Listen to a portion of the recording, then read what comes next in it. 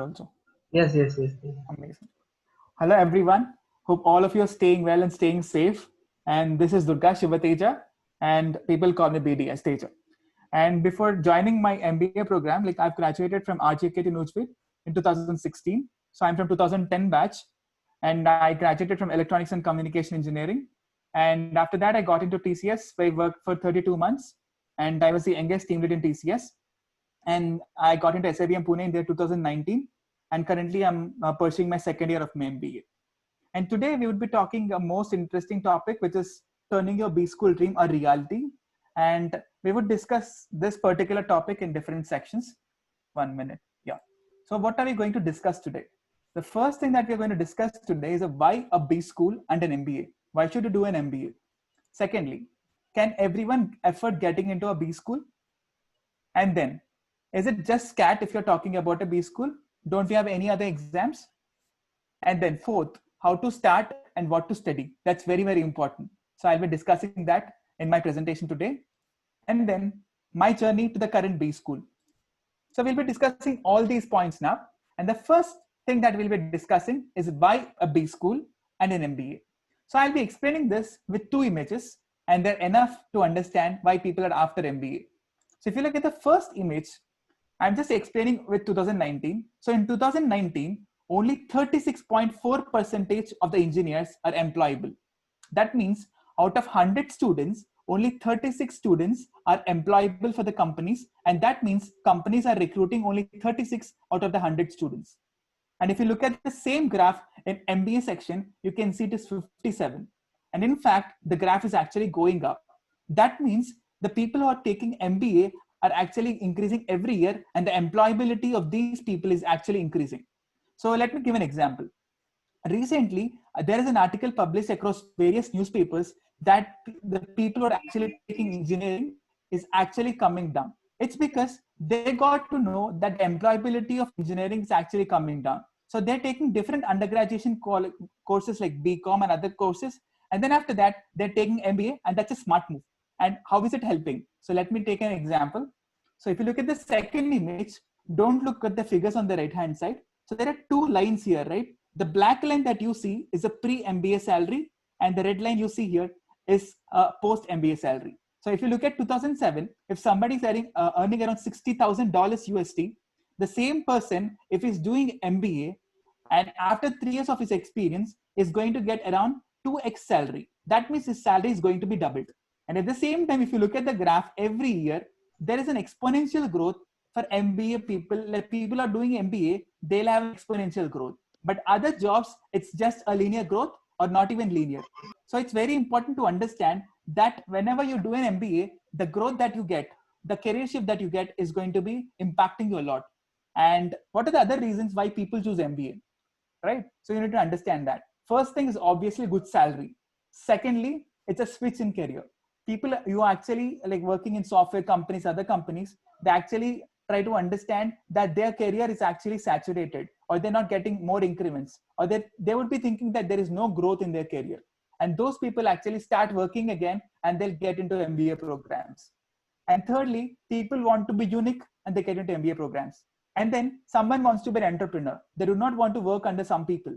They want to establish their own organization, and they want to give jobs to different people, and they want to entrepreneurs. And for them, MBA is the best program. And then there are many people who always want to do something back to society. See, if you don't have money, you cannot do anything back to society. You can do, but there'll be a limit on that. So people actually want to go for an MBA. They earn a lot. They get into some leadership positions, and they do something back to society in one or the other means. That's one of the reasons. And finally, the most important reason is ultimately you want to make your family happy, right? So that's very, very important. So I would like to give a quote here. So winners don't do different things. They do things differently. So this is one of the quote which I actually have taken from You Can Win. I still follow this. So it's very, very important that you do things differently and uniquely, and make sure you're right on the track. That is going to help you a lot. And now, the most common misconception that we would be having is, can everyone afford getting into a B school? The reason why we think like this is simple, because the fees range of any business school, I mean, the best premier business school is going to be 15 lakhs to 13 lakhs. It would be in this range. So by looking at this fees range, everyone would be frightened to get into a B school. But don't worry. You would be thinking, can I pay this amount? You can, right? So then now you would be thinking, how can you pay this? It's simple. If at all you get into a premier business school, banks are ready to give a loan without any security or a collateral. I'm repeating again, bank will give you a loan without any security or a collateral. So you will not have any dependency on your family when you take a loan. Normally, when you go for MS or any programs outside the country, you actually need to show some kind of security and you need to go. But when you're going to get into a business school, that is not needed. Banks are actually going to give you the 100% loan without any security. And that depends on the college that you're getting in. And now you'll be having one more question. Okay, you'll get a loan. So will that loan cover all the expenses? Of course, yes. So that loan will include academic fees, hostel and mess fees, even laptop costs in case you're not having a laptop, right?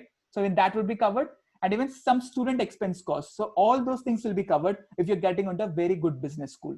That's very, very important. So make sure that you're not worrying about all these things and just start your preparation.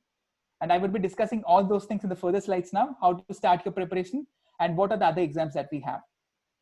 Now, one of the most misconceptions that you would be having, whenever you start your B school preparation set, MBA preparation, you would just think about CAT, which is Common Admission Test. But CAT is not the only exam. Let me tell you, there are many people who couldn't perform well in Common Admission Test. They actually did well. They got 99 percentile and 100 percentile in mock tests, but they failed in the main exams because of some certain situations. So in case, if at all something goes wrong and you cannot crack the exam, it's just not a full stop for your life. There are many other exams. With the kind of preparations that you're actually having for CAT, that will really help you to crack every other exam, because the kind of preparation that you're having for CAT is going to help you a lot. So CAT is not the only exam for B school entrance, right? You got it. Now, what are the other exams that we have? We have many exams other than CAT, which will really help you to get into India's premier B schools. Like we have NMAT, which is Nasi Monjee Aptitude Test. We have SNAP, Symbiosis National Aptitude Test. We have IIFT, which is Indian Institute of Foreign Trade, and Tata Institute of Social Science. We have Xavier Aptitude Test, CET Common Admission Test, and TGDBA. Let me give examples under each of these exams. Whenever you are able to give this exam, and when you clear this exam, you'll be able to get into one of India's big and premier B school, which is NMIMS Mumbai. It's a very popular college, and when you give NMAT and when you qualify this exam, you'll get to go into a college called Nasi Monjee Institute of Management Studies. And this exam is not having any negative marking, and it is not having GK also. Got it? So now the second exam that we have, SNAP. So if at all you clear this exam, and if you clear the interviews of this exam, you can get into India's premier colleges like SIBM Pune, which is Symbiosis Institute of Business Management, where currently I'm studying, and I study Pune. And this exam has a negative marking, and it doesn't include any GK. Previously, SNAP used to have GK, and from last year, GK is removed from that. And we have IIFT, where you can get into IIFT Delhi, IIFT Kolkata, and soon you're going to see IIFT Kakinada also. And we have Tata Institute of Social Science exam, which is TISNET. And in case you crack this exam, you can complete your MBA in just 2 to 3 lakh rupees. I think it's one of the best programs in the country. And you have XAT, which is Xavier Aptitude Test, and you will get into XLRI Jamshedpur. And then CET, it's open for Maharashtra people, and it's like Jamanlal Bajaj Institute of Management Studies. And there's one more program, which is very interesting. So this is PGDBA. So it is like the program is in business analytics, which is currently a boom in the industry. So this program, whenever you get into this program, you'll actually complete your course across 3 different colleges. So first you'll complete your course in IIM Calcutta, and then you'll go to Indian Statistical Institute Calcutta, and then you cover the final course in IIT Kharagpur. So you'll compute your PGDBA degree in 3 different areas, which is Calcutta and then Kharagpur, 3 different colleges. So this is a very good course, and we have negative marking for this, and it doesn't include GK. So these are some of the important colleges other than IIMs. So whenever you're not able to get into IIM, so you can actually crack other different colleges, and it's very easy if you're preparing well for CAT. So going to the next slide, let me just explain the structure of CAT. So CAT will actually have 3 sections, which is VARC, verbal ability and reading comprehension, and second, which is LRDI, logical reasoning and data interpretation, and third is quantitative aptitude. So these are the 3 major sections which actually fall under CAT. If at all you prepare well for CAT, you can actually crack every other exam, whether it is SNAP, whether it is IFT, whether it is NAT, and MAT. And at the same time, you can also crack your SBA PO exams, other bank exams also. So if you prepare judiciously, you can actually do well with any other exam. So let's go into each of these sections. So under quantitative aptitude, let's start with the sources. Now, if at all you're not clear with the basics, I suggest you go to Takshashila videos, because Takshashila videos covers the basics, and after covering the basics, he would be explaining the different kind of solutions, and you can solve them questions very easily. And if at all you're not able to access Takshashila videos, you have different books like Arun Sharma or Sarvesh Verma, where you understand the concept first, and after that you try to solve different questions which are given in the exercises. Okay, so this is to make sure that you're clear with the basics. Once you're clear with the basics, you need to solve questions from any of the coaching centers like Time, Career Launcher, or any other coaching institutes. So it's only after clearing the basics. Once you're clear with the basics, go to the exercises of any other coaching institutes and solve the questions from there. And finally, you also have one book called Quantum CAT by Sarvesh Verma or Arun Sharma also. These books will really help you to be very strong with the fundamental concepts. And finally, how do you practice quants? It's very, very simple. What you need to do, first, while you are actually going through a concept, try to prepare a short notes. I'm repeating again, when you're going through a concept, try to prepare a short notes. For example, if you're trying to look into profit and loss, try to write down the formulas which are present in the profit and loss, so that you have to revise it every day. For example, I'm repeating again, take a particular concept, for example, profit and loss. When you're practicing anything from that, whenever you get to know your new formula, try to write that formula in a particular notes and revise it every day so that you'll not forget it.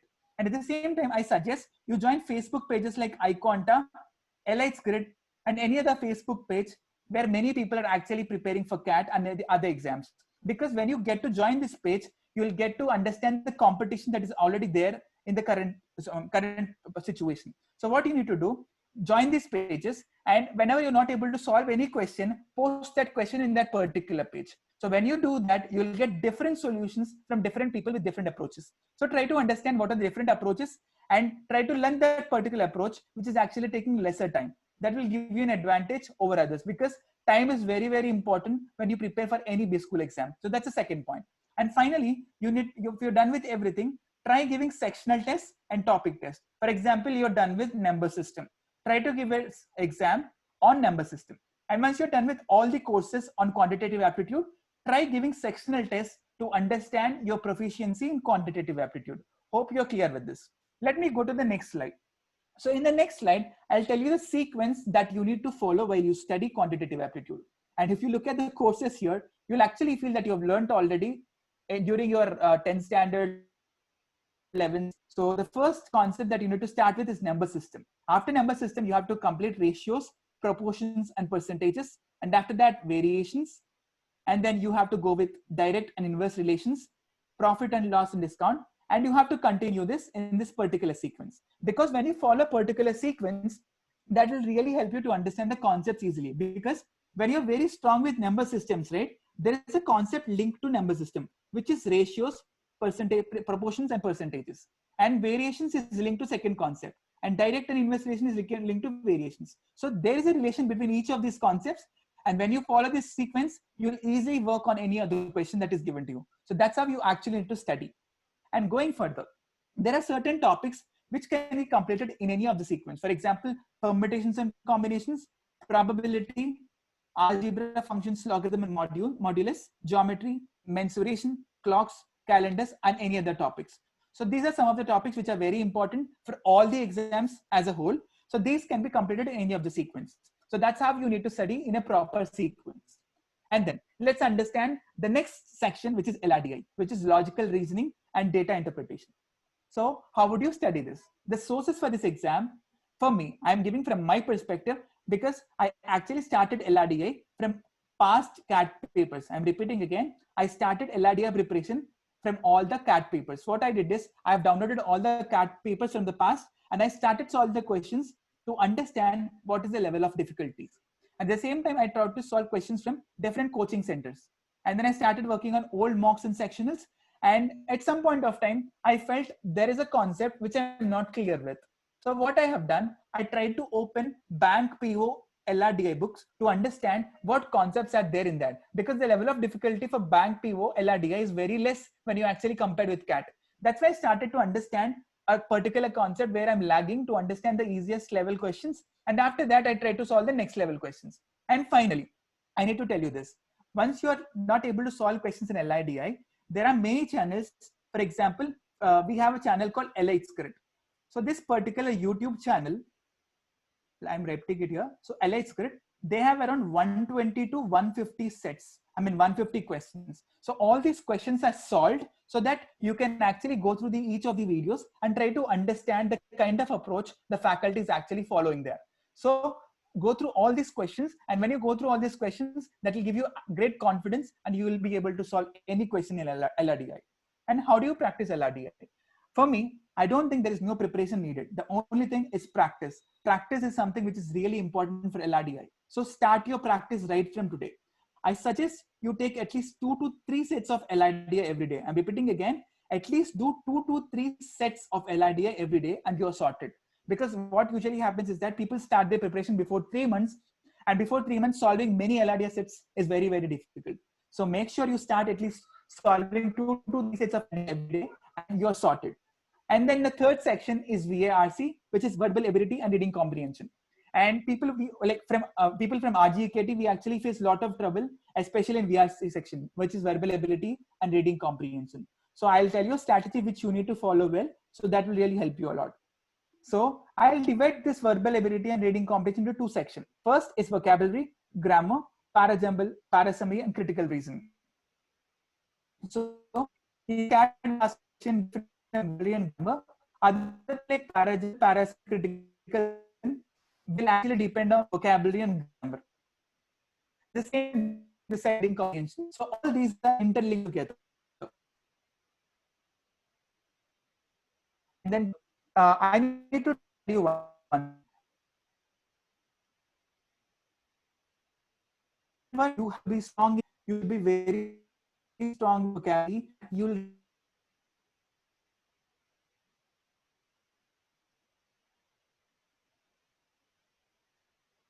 try to question is 10, go to Google Play Store and try typing VOLT, which is vocabulary learning. So this app has an advantage of showing the, for example, we have a word, and if you want to by heart a meaning of a word, it is very difficult, right? So what this app does is it will try to link this word with a picture. I'm repeating again, this particular word is linked with a picture so that you will try to memorize it or you will try to remember it very easily. And this is called as mnemonic. So word has every word with a picture associated with that. So every day, try downloading download this app and try to remember 10 words with the picture, and then you'll have a lot of words before you go to the exams. And then download, I already told you, immediately after this session, download the CAT papers and start working on different questions in different sections. For example, even for VARC, I prefer CAT papers because we'll try to understand what kind of passages are given in last year papers. Let me give an example. Whenever you solve reading comprehension passages, right? The reading comprehension passages can be from different sections. It can be from philosophy, it can be from politics, it can be from sports, it can be from science, it can be from any different category. So it's very important that you are well aware, like not well aware, you have to be very comfortable whenever you're reading a passage from a particular section. I was very strong with every single passage, but whenever it comes to philosophy, it is very, very difficult for me because philosophy passages are something which you need to study properly, which you need to read properly. Because I'm not from a philosophy background, it was very difficult for me to comprehend the passages. So what I have done is I tried to get the articles from internet to understand the level of difficulty of these passages and started working on those passages as well. So that increased my level of comprehension skills. So if you look at this, I started reading newspapers every day, especially the editorials. I'm repeating again, read editorials of Hindu. It's very, very important. Maybe in the initial stages, you'll not be able to comprehend these passages because the difficulty of these passages is very, very high. So in order to understand these editorials, you need to have some kind of reading for some days. Maybe after, for example, if you start reading now, I'll give my example. When I started reading Hindu, I couldn't understand editorials for exactly 1 month. After 1 month, I got to understand because I started reading, right? I got to know that, okay, this is how I need to read. So whenever you read, try to read it properly so that you'll comprehend it well. And there is also a website called alldaily.com where you'll have different kinds of passages which are actually there in that. And many of the CAT papers had questions from this particular website. So start going through this website also once you're comfortable with all the old CAT papers. And try reading articles from Economist and Guardian also, in case if you're done with the above sections. And then, how do you practice VRC? The only tool that you have is rigorous reading. I'm repeating again, read passages, read articles, and try to comprehend it and try to relate that with whatever you have read. That is going to help you a lot. And going further, I'll just tell you my journey, how I started and how it helped me. So in 2016 June, I actually had, in 2016 June, immediately after my BTech, I got into IIT Delhi because I got a direct PhD offer. So I got into IIT Delhi in 2016 June. And because of my health issues, because of the climate of Delhi, I came out of IIT Delhi and I joined TCS. And I joined TCS, and then I was working a lot. I performed really well, and I received many awards in TCS as well. But at some point of time, for example, if I am here, there are people above me. So even if I used to perform well, people above me used to control everything. And then I've decided that I have to do something. I have to reach to this position. And then I've decided I'll take an MBA. And that's how I started my CAT preparation 2017 December. And in 2018 December, I gave my B school exams. And I gave interviews in 2019 January, and I got 99% in many of the exams. And currently I'm in SIBM Pune. And I'll tell you how did I study while I was working. So the moment I got into TCS, I just wanted to prepare. I start my preparation in 2017 December. So this was the time where I started preparing. So I actually used to be in different shifts. So while working, it is very, very difficult, right? So what I've decided is I'll dedicate some time for work, and at the same time, I'll dedicate the rest of the time for my study. So I was very judicious in time. So for example, if I was in first shift, which is from 6 a.m. to 2 p.m. So this was my first shift. This is just an example. If I was in 6 a.m. to 2 p.m. shift, I used to wake up at 4 a.m. in the morning, and I used to go to office by 4:30, and then I used to study until 6:30. So I used to spend around 2 hours in the cafeteria studying something. And after that, after 2 p.m., exactly until 8 p.m., I used to study again in office library. So I used to have 6 hours there.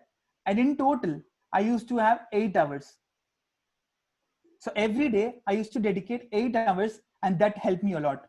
So it's very, very important that you divide your time even for work and even for studying. So I've been doing all these things, right? While I was working, I made sure that it is not affecting my work, because my work is very important for me, because that is giving me livelihood.